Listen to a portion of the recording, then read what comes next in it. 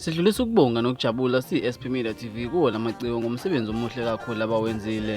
Ngidimile namukela bakwethu ehlelweni lethu lezindaba SP Media TV lonimikela bakwethu usiphumelele wakampele phasi lemzimkhulu esigodini sasematsheni bakwethu udaba esiluthola namhlanje luthi amaciko wakithi bakwethu kumaskandi umthandeni umfoka amanqele kanye nodumakahle sebevele bazithengela imoto bakwethu siyababongela ngendlela abenze ngayo kusho ukuthi labaculi kusabahambela kahle kanti ke siye sabona lapha ethombeni ukuthi umthandeni uthenge uBMW bakwethu kanti ke udumakahle yena bathi uvuke ngeOD kanti siphinde simongele oWiseman mncube owaziwa ngelika sibonelo kuzalo naye bakwethu siye sabona enkundleni zokuxhumana ukuthi naye umfana uye wathenga imoto kanti yena usimangazile ngoba phela